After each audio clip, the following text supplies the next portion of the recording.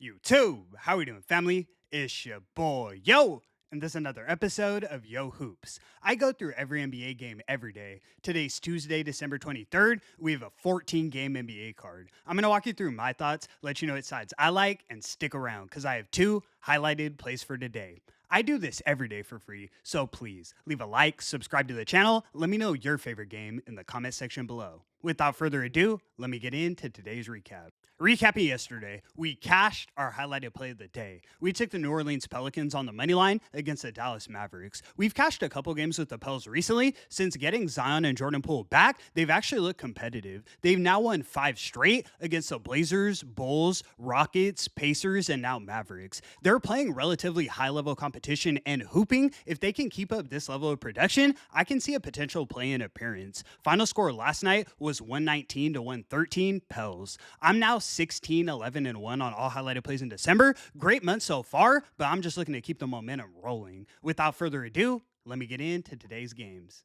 In our first matchup, we have the Brooklyn Nets in Philadelphia taking on the Philadelphia 76ers. Sixers are minus 460 on the money line, and the total is 219 and a half. Let me walk you guys through the injury report for Philly. They always have something going on. Kelly Oubre is ruled out, while VJ Edgecombe, Quentin Grimes, and Dominic Barlow are all listed as questionable with an illness. Joel Embiid is also listed as probable, but it looks like he will play. Tyrese Maxey is really the engine of this team, so him playing is all I really worry about with the Sixers, but with this many guys sick, I can't consciously lay double digits against a Nets team that's been competing. They've won 3 of their last 5 games outright, and only 1 loss was by margin. I'd lean to the Nets plus the points, but rather than taking a side, I'm looking at a prop. Really my go-to guy in Brooklyn, I'm taking Michael Porter Jr. to go over 24.5 points. Like I mentioned, I see this being a competitive game, so he should be on the hunt for buckets. If you really think about it, he's the second best scorer on the floor behind Maxey. He's shooting 40% from behind the arc, taking over 10 threes a game, and he's cashed this line in 5 of his last 7. Lock it in. In our next matchup, we have the Washington Wizards in Charlotte taking on the Charlotte Hornets. Hornets are minus 220 on the money line, and the total is 232. This is an interesting line. I get that the Hornets haven't really proved anything this season, but I feel like every night the Wizards are getting blown out by 20. Charlotte does come into this one on the second leg of a back-to-back, flying in from Cleveland. That's probably why the line is so short, but in my opinion, they still clearly have the better lineup. They beat the Hawks and the Cavs outright in the last 10 days, and I like the energy they showed in the fourth quarter last night. They were down something like 20 points in the fourth against the Cavs, and they found a way to go on a 13-point run to lose it by 7. That shows me they weren't running out of gas, and it looks like most of their guys are available tonight. Unless CJ McCollum goes for 40, Charlotte probably wins this one by margin. I'm taking the Hornets laying the 5.5 as my next selection of the evening. In our next matchup, we have the Chicago Bulls in Atlanta taking on the Atlanta Hawks. Hawks are minus 160 on the money line, and the total is 253 and a half. This is going to be a fun one to watch, but more a game I'll be enjoying as a fan. The Hawks will be without Dyson Daniels, but besides that, both teams are more or less at full strength. I see this being a competitive bout, but rather than grabbing the points with Chicago, I'm looking at the total. Both teams are top 10 in the league in points scored, so we can expect a faster pace, but on top of that, both are bottom 10 in defensive efficiency.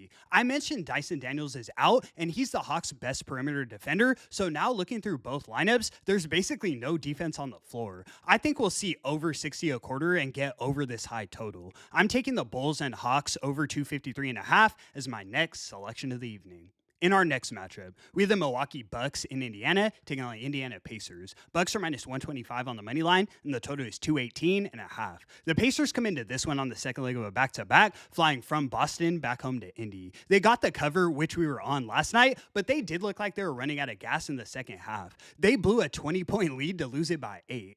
Against any other team, I'd have to look in the other direction tonight, but I'm really not high on this Bucks team without Giannis. They've now dropped their last 3 straight, and one of those was a 44-point loss to the Nets. This is a Miles Turner revenge spot in Indiana, but I can't forget he only dropped 9 points and 7 boards the last time they played each other on November 3rd. The Bucks barely won that game 117 to 115, and that was with Giannis in the lineup. Like I said, tough spot for the Pacers on the second leg of a back-to-back with travel, but I'll lean in their direction tonight. I'm taking the Pacers on the money line as my next selection of the evening. In our next matchup, we have the New Orleans Pelicans in Cleveland taking on the Cleveland Cavaliers. Cavs are minus 410 on the money line, and the total is 244.5. Both teams come into this one on the second leg of back-to-backs. The Pelicans fly in from New Orleans while the Cavs remain at home. The Cavs really ran out of gas in that fourth quarter last night against the Hornets. They went from up 19 with 7 minutes left to winning it by 7. They've been one of the worst teams I've ever seen in my life against the spread. They're now 4-14 ATS at home. It's not even because they're a bad team either. They are 10-8 straight up at home. It's because the books always overvalue them and have them laying double digits. It's kind of the opposite scenario for New Orleans, where the books haven't quite adjusted to how well they're playing with all of their guys back. I see this as a perfect storm. Well, the Pels will have a very legitimate chance to win this game outright. They looked dominant in the second half last night against the Mavs, so I don't think rest plays too much of a factor, and they're already the younger team with their average age being 24. They should be able to handle the back-to-back. I'm taking the Pelicans plus a 9.5 as my first highlighted selection of the evening. In our next matchup, we have the Toronto Raptors in Miami taking on Miami Heat. Heat are minus 220 on the money line, and the total is 227.5.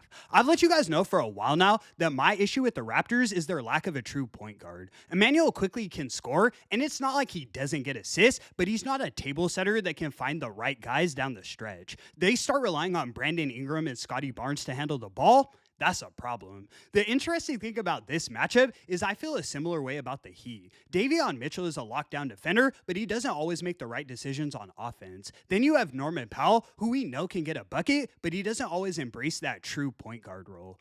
If Jakob Poeltl is playing, I'd be more inclined to grab the points with Toronto, considering he'd give them an edge on the glass over Bam, but considering he's ruled out tonight, the Heat probably get it done. Miami's where they played their best basketball all season, so I'll lean to the Heat laying the 5.5 as my next selection of the evening.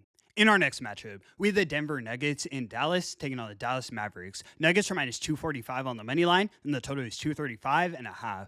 Both teams come into this one on the second leg of back-to-backs. The Nuggets fly in from Denver, while the Mavs fly in from New Orleans. I know the Mavs lost last night, and it seems obvious just to take Denver and call it a day, but I think this one's a little deeper than that. The Mavs have actually been proficient at home. They're currently 9-8 against the spread, and they have the one guy in the league that can potentially slow Joker down. That's Anthony Davis. He brings a defensive presence in the paint, and he's having a really good rebounding year, averaging 11.6 in just 30 minutes. Daniel Gafford will also play, so that's another body to throw at Joker. While I do think the Nuggets win this game, I also think the Mavs keep it within the number. I'm taking the Mavs plus the 6.5 as my next selection of the evening. In our next matchup, we have the New York Knicks in Minnesota taking on the Minnesota Timberwolves. Wolves are minus 270 on the money line, and the total is 229.5.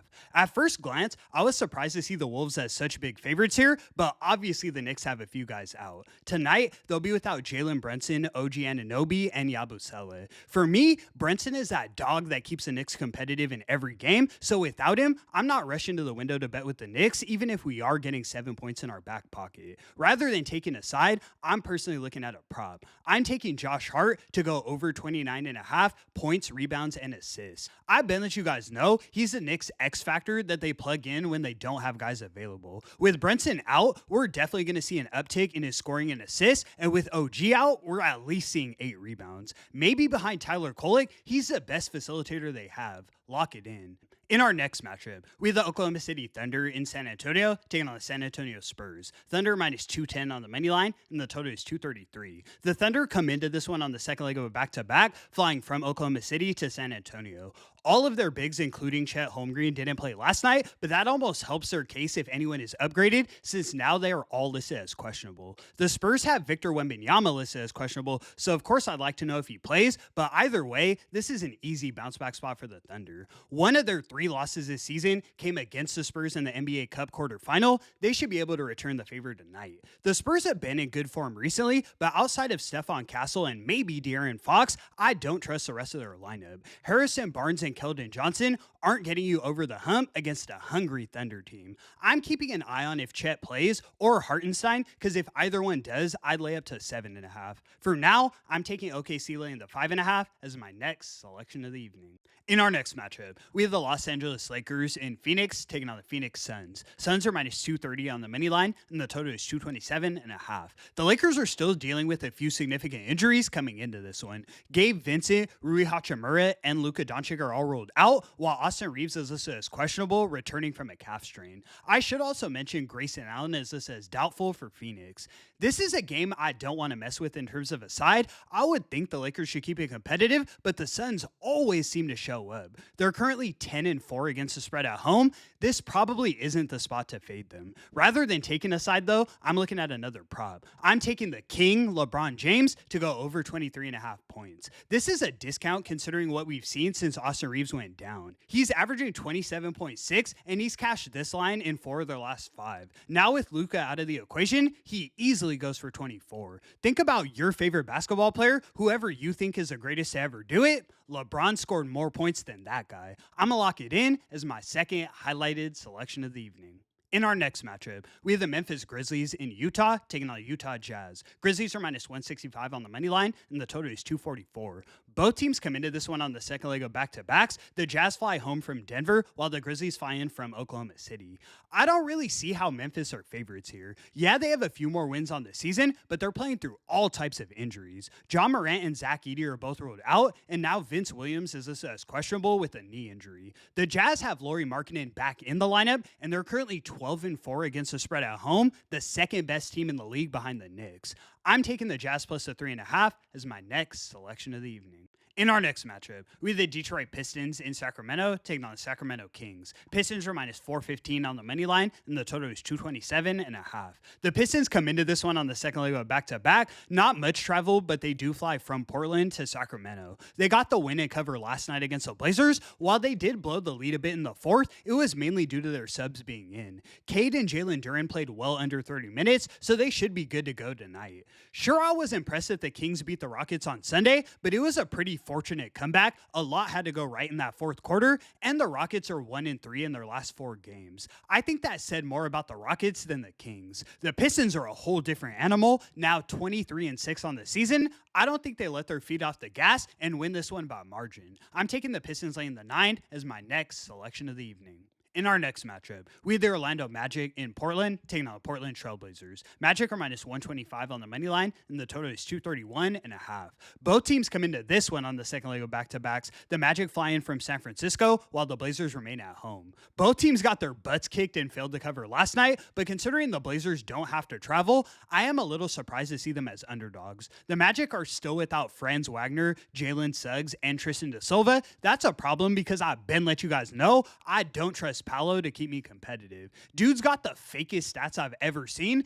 Yeah, he'll score 20 points a game, but he somehow takes 20 shots a night. He's got the usage of Steph Curry and the production of Rui Hachimura. It doesn't line up, yet the Magic still run their offense through him. I'm not even saying it's impossible that Orlando wins this game, but let's keep it a buck. They're 6-8 ATS on the road with Franz in the lineup. I'm taking the Blazers on the money line as my next selection of the evening. In our next matchup, we have the Houston Rockets in LA taking on the LA Clippers. Rockets are minus 300 on the money line, and the total is 219. I touched on it a little bit in that Kings game, but I was really disappointed in what I saw from the Rockets on Sunday. It's one thing to give up a 14-point lead in the fourth quarter, but it's even more concerning not being able to close out a game in OT against the banged-up Kings. Earlier in the season, I talked about not trusting Amen Thompson as a true point guard. I think we're starting to see that play out a little bit now. If you watch any Rockets games, Reed Shepherd is the only guy out there that's efficient at dribbling a basketball. Maybe KD, but besides that, these guys look clumsy. They're strong and can shoot the ball when they're hot, but I'm not seeing enough finesse with this Rockets team. The Clippers have a bunch of their own problems, including being without Zubac tonight, but I honestly can't imagine them being worse than 2-10 against the spread at home. With James Harden and Kawhi in the lineup, I see them losing it by 6 at worst. I'll lean to the Clippers plus the 8 as my last and final selection.